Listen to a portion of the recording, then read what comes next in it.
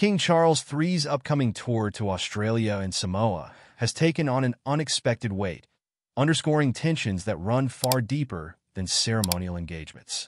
As he seeks to strengthen ties with Commonwealth nations, Charles faces significant public scrutiny from a personal crisis and intense Republican debates that may alter the very structure of the monarchy he leads. Both countries are witnessing rising calls to reconsider their associations with the monarchy, positioning Charles's trip as a test not only of diplomatic relations, but of the monarchy's continued relevance in these nations. A personal crossroads lies at the heart of this tour, reportedly leaving Charles visibly emotional and contemplating decisions that may define his reign. Insiders reveal that Charles, deeply invested in preserving the Commonwealth's unity, finds himself in a deeply personal struggle that challenges both his authority and emotional fortitude. He has reportedly expressed feeling deeply torn, often in tears, knowing that whatever he decides could reshape the future for both his lineage and the institution he leads. Adding further tension to this emotional burden are ongoing and publicly known rifts within the royal family, particularly with his sons, Princes William and Harry. Strained family relationships have long been a challenging facet of Charles's reign, and now they could very well influence the course he takes on this critical decision. Speculation suggests that his choice may impact the line of succession and, ultimately, redefine the monarchy's future, given the unique challenges each son represents for the institution. With Australia's Prime Minister openly supportive of a referendum on republicanism and Samoa's shifting sentiments, Charles faces an unprecedented public spotlight that heightens the stakes of both his tour and personal life. This historic moment also touches on Charles's hopes for modernizing the monarchy while upholding its core values.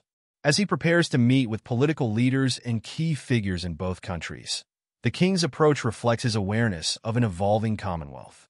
His efforts to resonate with Commonwealth members have included more progressive initiatives, addressing climate change, and advocating for unity. However, the rising Republican movements in Australia and Samoa reveal growing skepticism around whether the monarchy remains aligned with modern values and interests of these nations. Supporters argue that Charles's leadership embodies a blend of tradition and progressive thought. Yet these Republican debates expose a societal push for autonomy and change that may overwhelm even his best efforts. Beyond familial and political pressures, external forces also loom.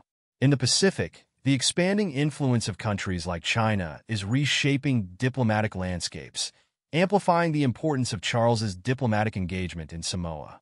His visit is not only about reinforcing historical bonds, but also about counterbalancing geopolitical shifts. In Australia, while many still revere the monarchy, Republican sentiment is fueled by a desire to establish an independent identity, prompting Charles to walk a delicate line between being a revered royal figure and a symbol of colonial ties that some want to leave behind. The king's personal turmoil reportedly shadows every interaction, adding a layer of vulnerability to his public persona. If he chooses to respond to Republican demands or reconsider the line of succession, it could be a historic gesture toward modernizing the monarchy, a sign of empathy and respect for a self-governing Commonwealth. However, this would challenge centuries-old traditions and risk alienating royalists who see Charles's role as strictly maintaining continuity. His decision could signal a shift to a modernized monarchy, but the emotional toll it exacts is likely to weigh heavily on both him and those closest to him. For Charles, this tour could mark a defining moment in his reign. His ability to navigate personal and public challenges under global scrutiny will determine not only his legacy, but also the monarchy's relevance in a fast-evolving Commonwealth. As his journey unfolds, the world watches to see if King Charles can harmonize the seemingly incompatible, honoring tradition while acknowledging the call for change, without fracturing an institution that has defined his life and reign.